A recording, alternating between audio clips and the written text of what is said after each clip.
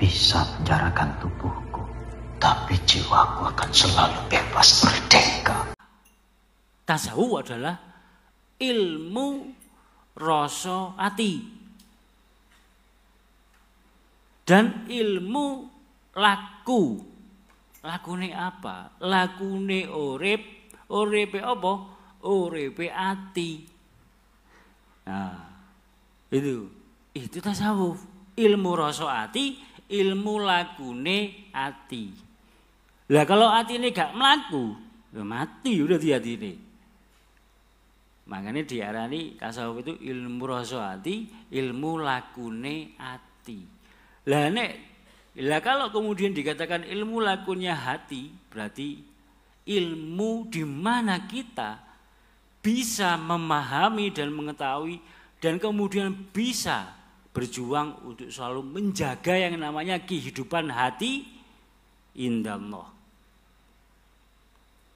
Makanya kemudian yang diperhatikan di dalam tasawuf adalah bagaimana manusia itu selalu hidup hatinya terjaga dari kotoran-kotoran hati.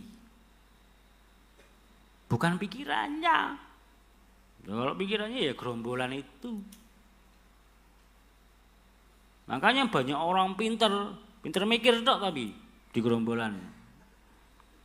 Yang perkara mental ya perkara alah. Cuman sayangi kan ono backingnya gitu loh. Gerombolan itu kan ada backingnya. Katanya beri backingnya. Ya dia nggak perlu takut. Bah di backing. Iya maksudnya di backing. Ya, wedi deh sampean. Wedi deh. Teman ta. Isa lagi ngomong boten soalnya kan bareng-bareng.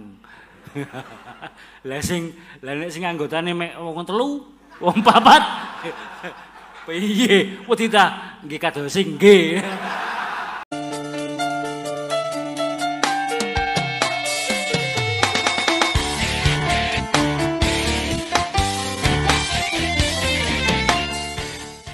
Terus mencari mangsa. Golek bolo remek. Nah, bolo remek. Ya. Itu.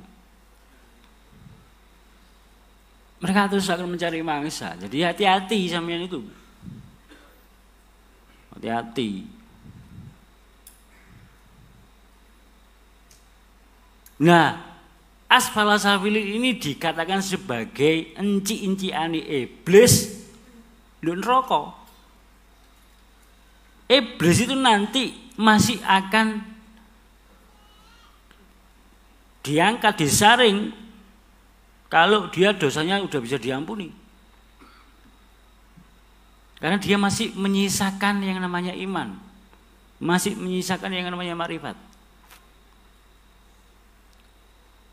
Nah, iblis ini butuh enci-encian gawe munggah nang surga. Lah enci-enciane sapa? Ya mereka itu. Enci-enciane iblis iku kaum asfala safilin itu. Sampeyan gelem dadi enci-enciane iblis? Temen ta. Iya lesane ngomong boten. Engko langsung ora ngono gurine glendang.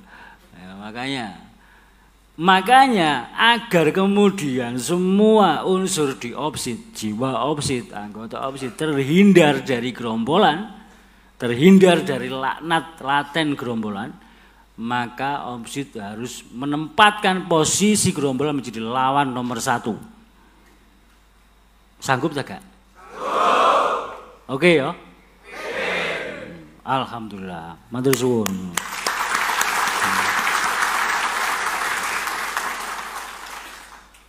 Jadi monggo silakan di screening masing-masing di setiap DPD ya.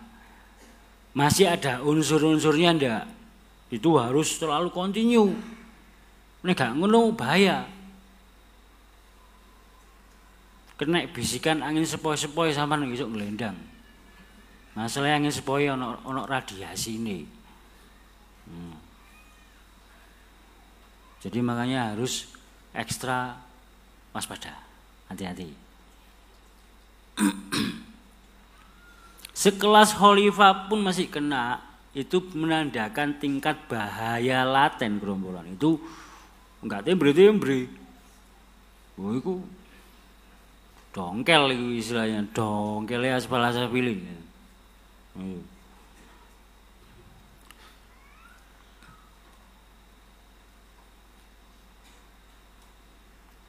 Tahun 2016 saya sudah mengetahui semua rencana daripada gerombolan.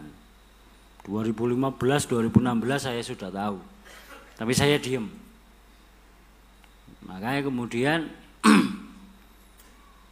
mereka saya jebak untuk kemudian agar mereka segera muncul ke permukaan. Cik gak ndelik.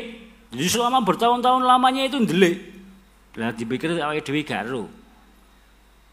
Lho wong kene iki dadi operator kok ibaratnya nek ana apa Mas Indra sing ngono apa itu namanya? Kalau di mixer itu lho apa?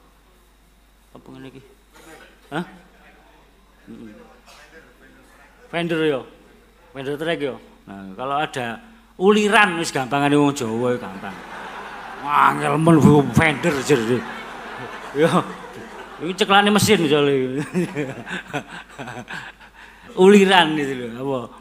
Sing potel ada. Kalau ada uliran yang potel, yang namanya operator kan ya jelas ngerti kan.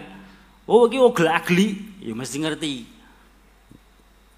Nah, masalahnya ketika ada uliran yang ogel-agli, kemudian misalnya didiskusikan kepada orang lain yang enggak ngerti bab soal mixer.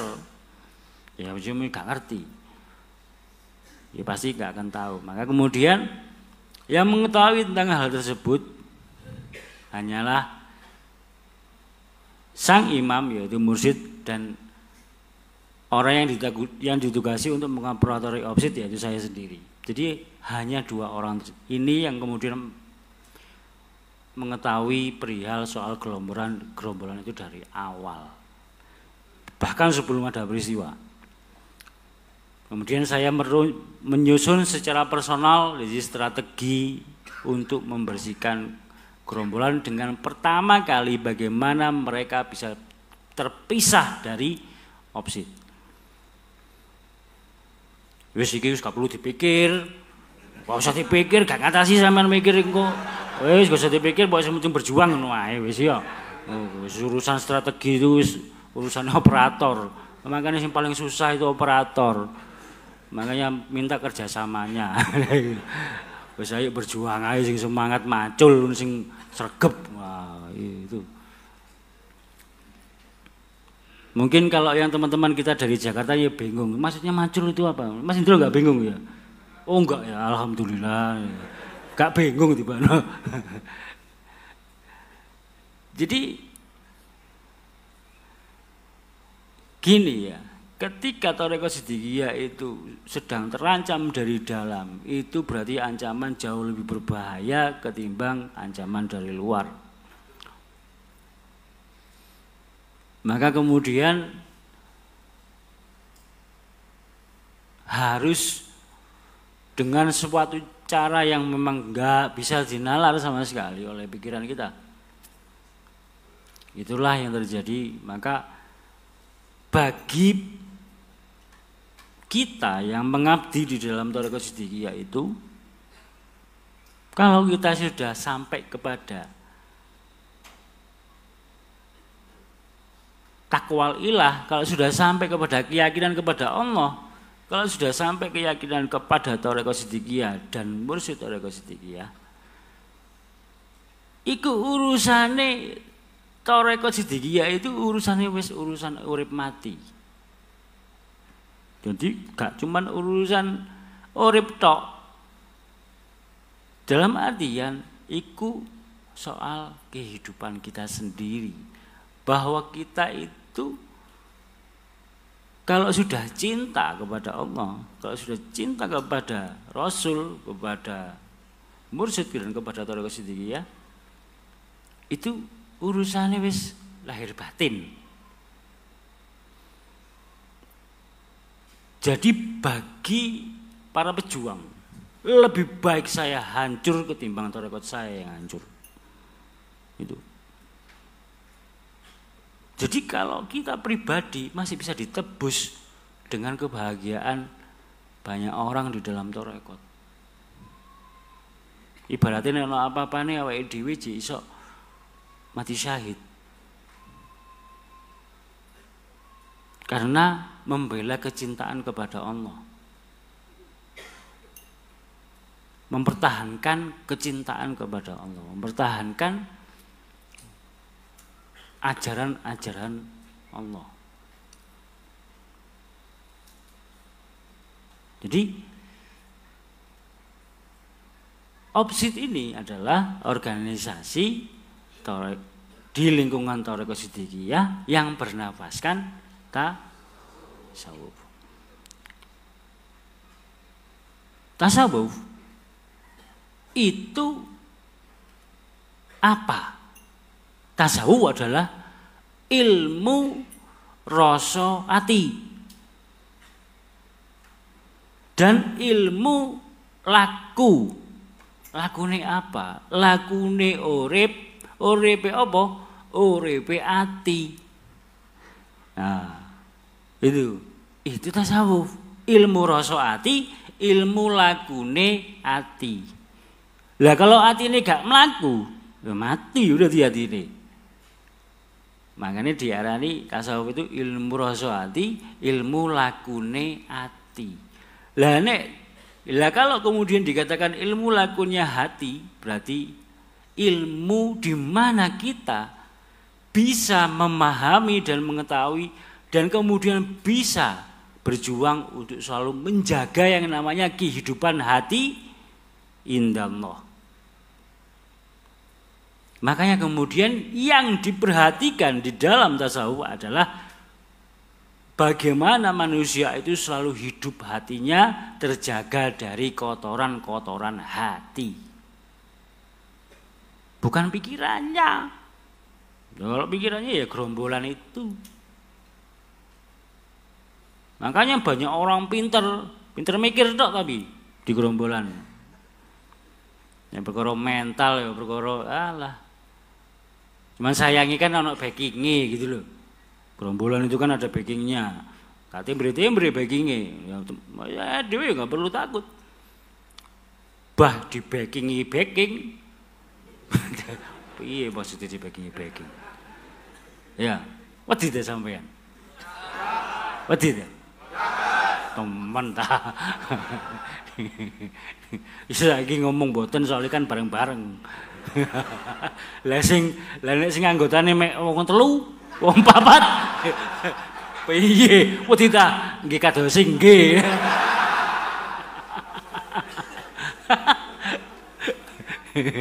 Lah sing bolone wake ya kuandel.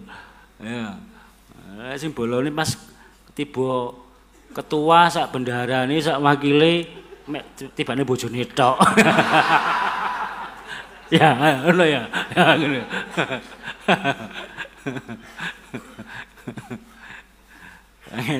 Makanya istilahnya kalau kita itu kalau berjuang ya termasuk nanti saldonya kan oleh bolo. Nah, itu kalau bolo ya tambah nyenengno, tambah semangat. Nah, itu.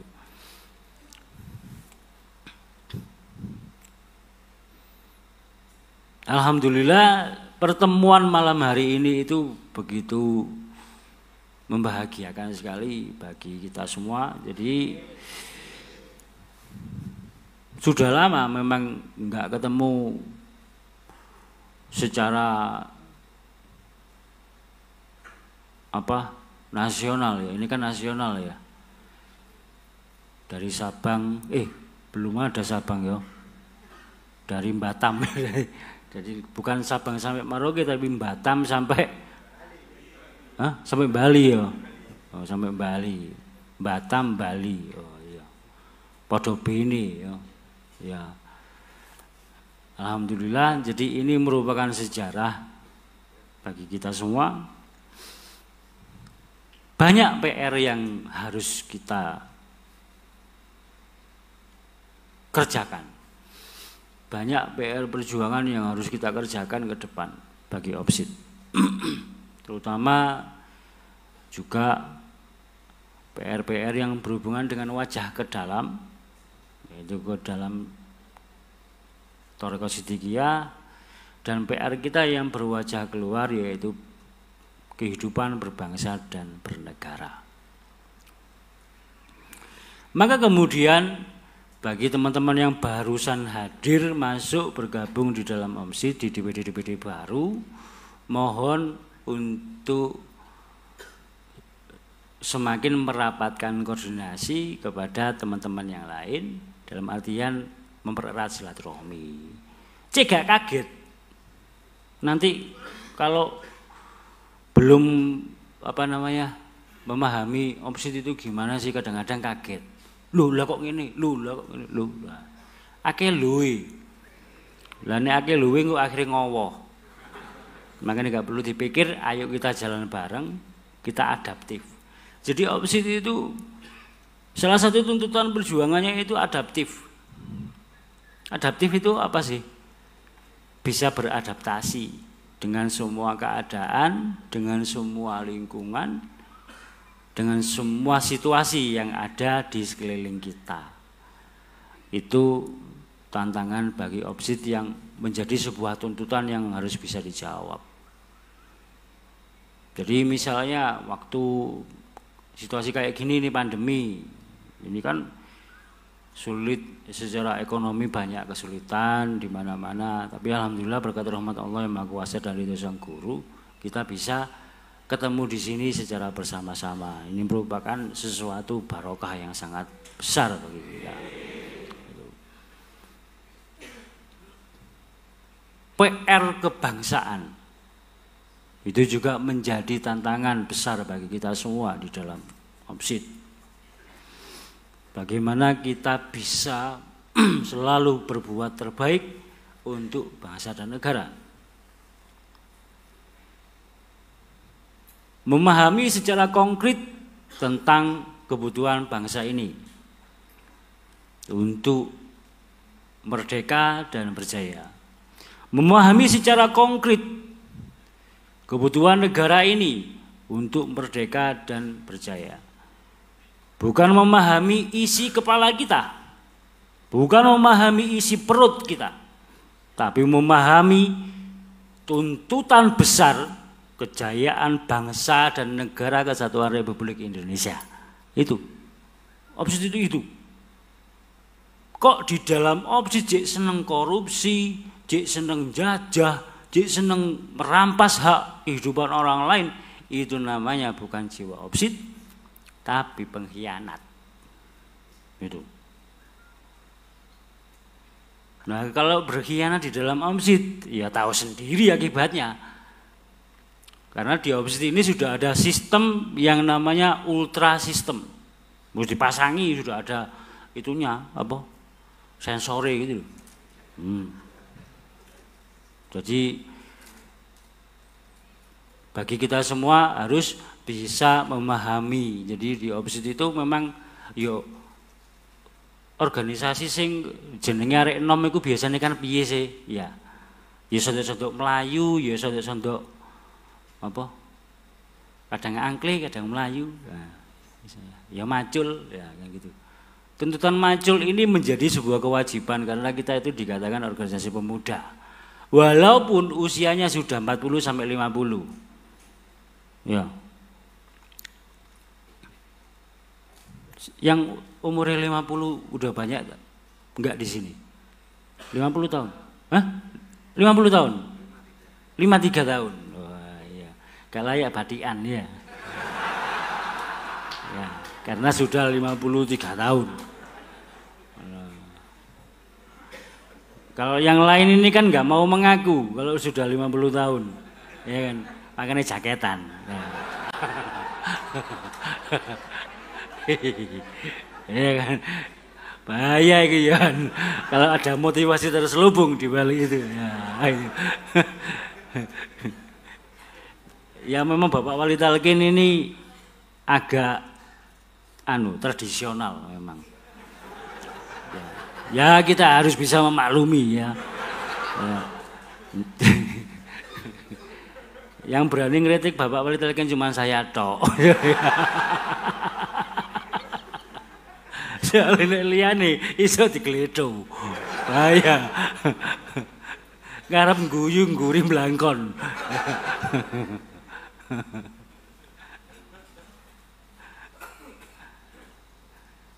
Jadi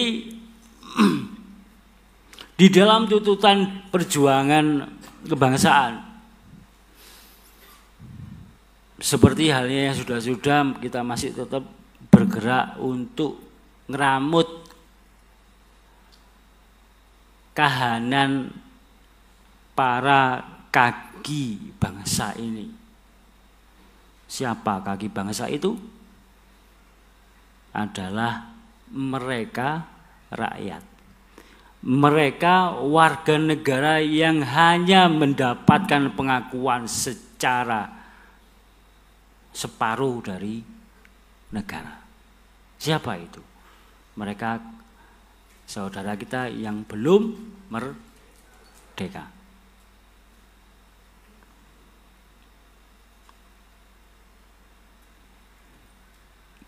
Tugas kita itu ngeramut, ngerawat, ngerumat.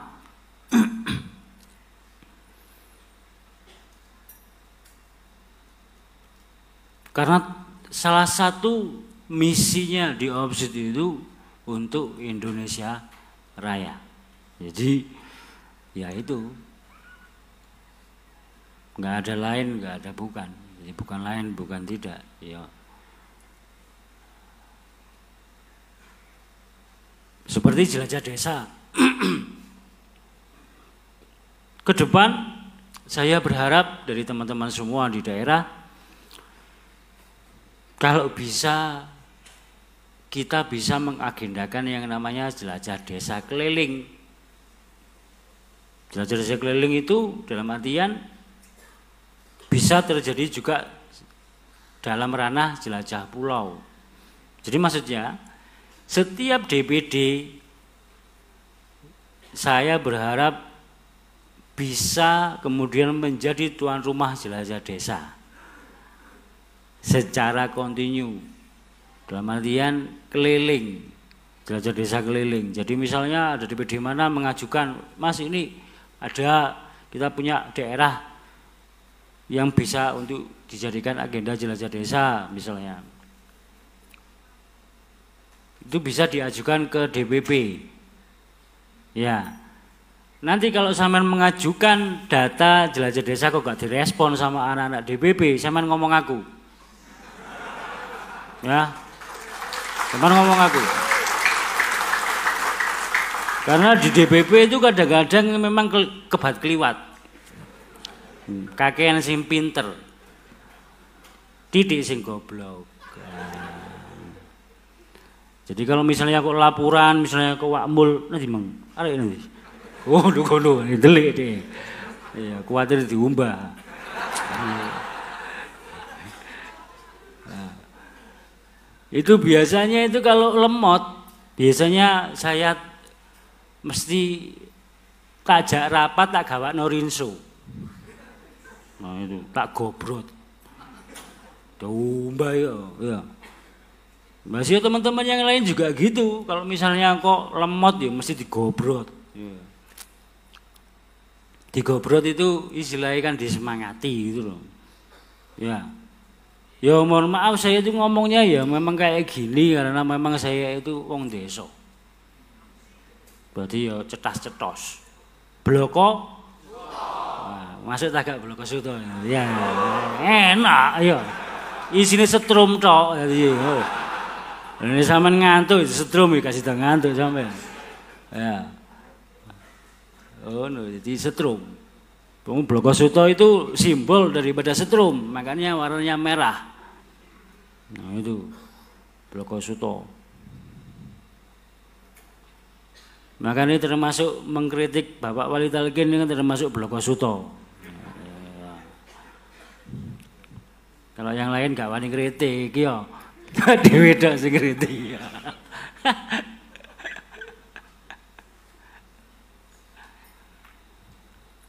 Soalnya dari tadi itu tak perhatikan